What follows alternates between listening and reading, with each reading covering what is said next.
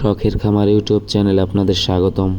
আমাদের যে পারিবারিক গরুর খামার আছে, আমরা সেই খামারের জন্য একটা খড় কাটা এবং ঘাস কাটা মেশিন কিনতে যাচ্ছি। তো চলুন কি ধরনের মেশিন কিনি সেটা আপনাদের মাঝে তুলে ধরি। তো আমরা অটোতে করে আমাদের শহরে চলে আসি। এই সেই মেশিন, এটাই শুধু মোটরটা সেট করতে হবে। তো আমরা ভালোভাবে মেশিনের বডি পার্টসগুলো চেক করে নিচ্ছি।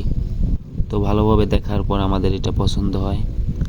তো এরপরে আমরা দামটা মিটিয়ে নেই। এরপরে তারা মোটরটা সেট করে দেয়। মোটরটা সেট করার পাশাপাশি মেশিনের যাবতীয় যে সকল কাজকর্মগুলো করে দিতে হবে তারা ওইখান থেকেই করে দেয়। আমাদের শুধু কারেন্টের লাইনটা করে নিতে হবে।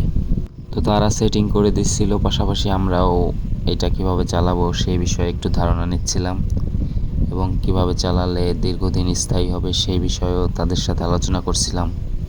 মেশিনটা যেহেতু আমাদের পছন্দ হয়েছে, তো আমরা এটা কিনে নেই। তো দোকানদারকে টাকাটা পরিশোধ করি আমরা। তো টাকাটা পরিশোধ করার পরে আমরা আবার অটোতে করে আমাদের বাড়ির দিকে রওনা দিই। তো এইটা চালানোর জন্য যে তারগুলা দরকার ওইটা আমরা বাজার থেকে কিনে নেই। বাড়িতে পৌঁছানোর পরে খামারে চলে আসি।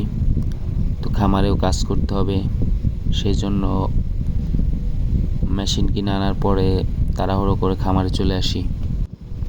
তো যেহেতু খামারে কাজ করতে হবে, সেই জন্য আপনাদের আজকে মেশিনটি চালিয়ে দেখাতে পারলাম না। তবে অবশ্যই চেষ্টা করব খুব তাড়াতাড়ি মেশিনে ঘাস এবং খড় কেটে আপনাদের দেখানোর। তো খামারের মুরগিগুলাও দেখতে দেখতে অনেকটাই বড় হয়ে গেছে। আজকে বয়স 28 দিন। তো আশা করছি 4 থেকে 5 দিনের মধ্যে বিক্রি করে দেব। তো এবার বয়সের তুলনায় খাবারটা একটু কম খাইছে, যার কারণে দিনটাও একটু বেশি লাগতেছে। আজকে পর্যন্ত টোটাল 1200 পিস মুরগিতে খাবার খেয়েছে 51 বস্তা। এখনও আমার টার্গেট খাবার খাওয়াবো 70 বস্তা। এখনও আরও 19 বস্তা খাওয়াবো। তো এখন পর্যন্ত এই ব্যাচে বড় কোনো সমস্যা হয়নি।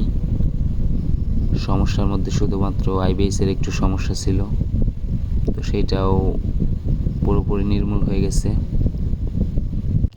আইবিএসের সমস্যার জন্য ডোয়াবিস, রেস্টোলিভ এবং নেফ্রোকেয়ার ব্যবহার করি।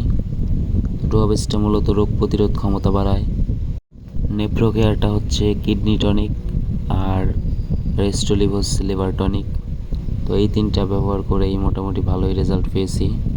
বাচ্চার মর্টালিটিও কমে গেছিল।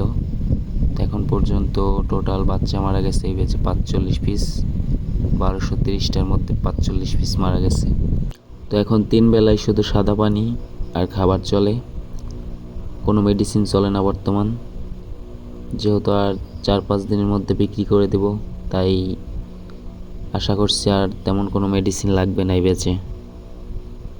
তো আপনারা অনেকেই নিয়মিত আমাদের খামারের ভিডিওগুলো দেখতে চান, প্রতিনিয়ত আপডেট চান। তো সময় স্বল্পতার কারণে প্রতিনিয়ত ভিডিওটা করা হয় না, তো চেষ্টা করব প্রতিনিয়ত আপনাদের মাঝে ভিডিও দেওয়ার।